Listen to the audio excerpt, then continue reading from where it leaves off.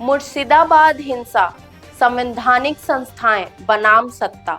सवाल सिर्फ हिंसा का नहीं है, सवाल ये है कि जब इंसाफ मांगने वाले महिलाएं राज्यपाल के पास पहुंची तो क्या ये संकेत नहीं है कि सिस्टम से उनका भरोसा उठ चुका है। मुर्शिदाबाद की आग सिर्फ एक जिले को नहीं जला रही है, बल्कि पूरे शासन तंत्र को जवाबदेही पर सवाल उठा रही है। नमस्कार, आप देख रहे हैं नेक्स्ट जन ब्रॉडकास्ट और मैं हूं अंकिता। और आज मैं बात कर रही हूं पश्चिम बंगाल के मुर्शिदाबाद की, जहां वक्फ संशोधन कानून के विरोध पर भड़की हिंसा थमने का नाम नहीं ले रही।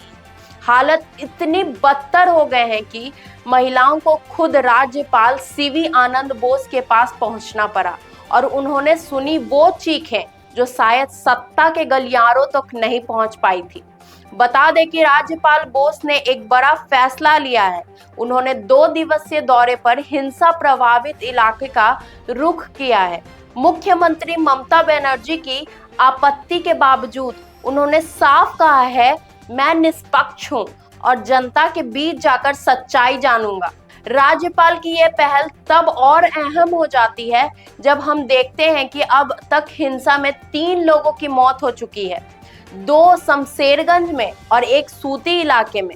200 से ज्यादा गिरफ्तारियां हो चुकी हैं। पुलिस महकमे में फेरबदल किया गया है। सूती और शमशेरगंज थाने के प्रभारियों को बदल दिया गया है। लेकिन सवाल ये है, क्या इससे हालात सुधरेंगे? अब सवाल ये उठता है कि क्या इस तरह की हिंसा से पहले की कोई खुफिया जानकारी नहीं थी? क्या स्थानीय प्रशासन की लापरवाही ने हालत को और भड़काया है? और क्या राज्य सरकार की प्रतिक्रिया वाकई पीड़ितों को राहत देने वाली थी या बस औपचारिकता? अगर हम बात करें भाजपा के प्रदेश अध्यक्ष सुकांत मजूमदार की, तो उन्होंने भी राज्यपाल से मुलाकात की है। उन्होंने साफ तौर पर कहा है कि हमने राज्यपाल से क्षतिग्रस्त घरों और दुकानों के पुनर्निर्माण होने की मांग की, जिसे मुख्यमंत्री ने स्वीकार किया है। लेकिन धरातल पर हालत अभी भी भयावह है। जब पीड़ित महिलाएं कहती हैं कि उनके घर जल गए, बच्चों के स्कूल जल गए और किसी ने उनकी नहीं सुनी, तब हमारी व्यवस्था पर सवाल उठना लाजमी है। बता दें कि महिला आयोग के अध्यक्ष भी अब इस पूरे घटनाक्रम में सक्रिय हो गई हैं। उन्होंने मालदा का दौरा किया और पीड़ितों महिलाओं से मुलाकात की।